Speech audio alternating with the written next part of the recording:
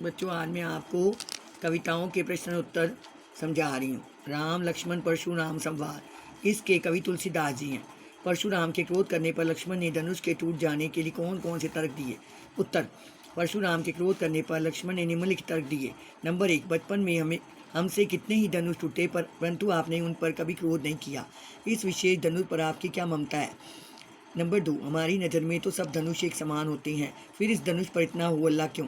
Number 3, इस पुराने धनुष को तोड़ने से हमें क्या मिलना था? नंबर 4, राम ने तो इस धनुष को छुआ ही था, वह अपने आप टूट गया, इसमें राम का कोई दोष नहीं।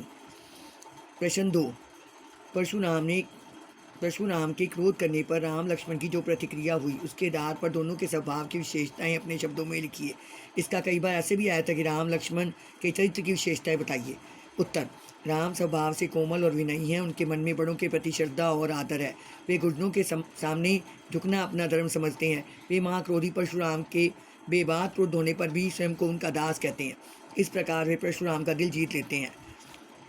लक्ष्मण राम से एकदम विपरीत है, वे बहुत उग्र और प्रचंड है, उसकी जबान छुरी से भी अधिक तेज है। वे व्यंग्य वचनों से परशुराम को छलनी छलनी कर देते हैं। उनकी उग्रता और कठोर वचनों को सुनकर न केवल परशुराम भड़क उठते हैं बल्कि अन्य सभाजन भी उन्हें अनुचित कहने लगते हैं। वास्तव में राम छाया है तो लक्ष्मण धूप, राम शीतल जल है तो लक्ष्मण आग।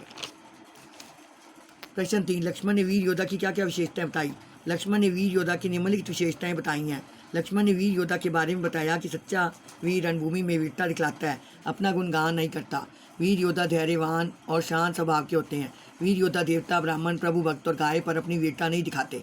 वीर योद्धा निहत्थे परवाह नहीं करते। अब अगली कविता उत्साह के कवि सूर्यकांत त्रिपाठी निराला। नंबर 1, कविता का शीर्षक उत्साह क्यों रखा गया है? कविता का शीर्षक उत्साह इसलिए रखा गया है क्योंकि वह बादलों की गर्जन तर्जन से मेल खाता है। बादलों में भीषण गति होती है, उसी से वह धरती के ता पड़ता है। कवि ऐसी ही गति, ऐसी ही भावना और शक्ति चाहता है। प्रश्न 2, कविता में बादल किन किन अर्थों के लिए और संकेत करता है? कविता में बादल 3 अर्थों की ओर संकेत करता है। नंबर 1, जल बरसाने वाली शक्ति के रूप में। नंबर 2, उत्साह और संघर्ष के भाव भरने वाली कवि के रूप में। पीड़ा का ताप भरने वाली सुखकारी शक्ति के रूप में। उत्साह कविता की भाषा कौन सी है? खड़ी बोली। उत्साह कविता में नव जीवन वाले किसे कहा गया? बादलों को। अट नहीं रही सूर्यकांत, इसके कवि सूर्यकांत त्रिपाठी निराला। फागुन मास का पेड़ पौधों पर क्या प्रभाव पड़ता है? फागुन मास में पेड़ पौधे हरे भरे हो जाते हैं, उन पर लाल हरे पत्ते घनी संख्या में उग आते हैं, पेड़ों पर सुगंधित फूल उग जाते हैं।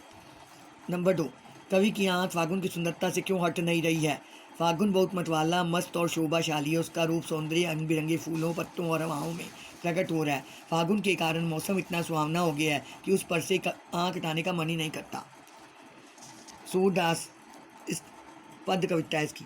गोपियों द्वारा उद्धव को भाग्यवान कहने में क्या व्यंग्य नीति है? गोपियों द्वारा उद्धव को भाग्यवान कहने में वक्रोक्ति है। वे दिखने में प्रशंसा कर रही हैं किंतु वास्तव में कहना चाह रही हैं कि तुम बड़े अभागे हो कि प्रेम का अनुभव नहीं कर सके, ना किसी के हो सके, ना किसी को अपना बना सके। तुमने प्रेम का आनंद जाना ही नहीं, यह तुम्हारा दुर्भाग्य है। उद्धव के व्यवहार की तुलना किसके से की गई है? उद्धव के व्यवहार की तुलना निम्नलिखित से की गई है। कमल के पत्तों से जो जल में रहकर भी उससे प्रभावित नहीं होते, जल में पड़ी तेल की बूंद से जो तल में रहकर घुलती मिलती नहीं है। उद्धव भी इनके समान है, वे कृष्ण के संग रहकर भी उसके प्रेम से प्रभावित नहीं हो सके। गोपियों ने किन किन उदाहरणों के माध्यम से उद्धव को लाने दिए? गोपियों ने निम्न उदाहरणों के माध्यम से उद्धव को लाने दिए।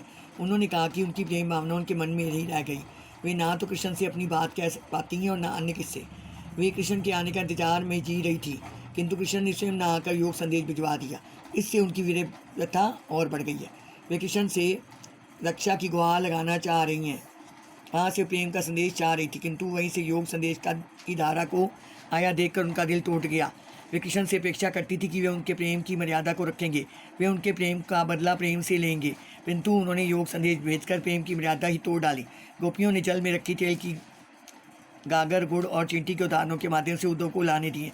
बच्चों ये सारे क्वेश्चन आपने अच्छी तरह याद करने हैं।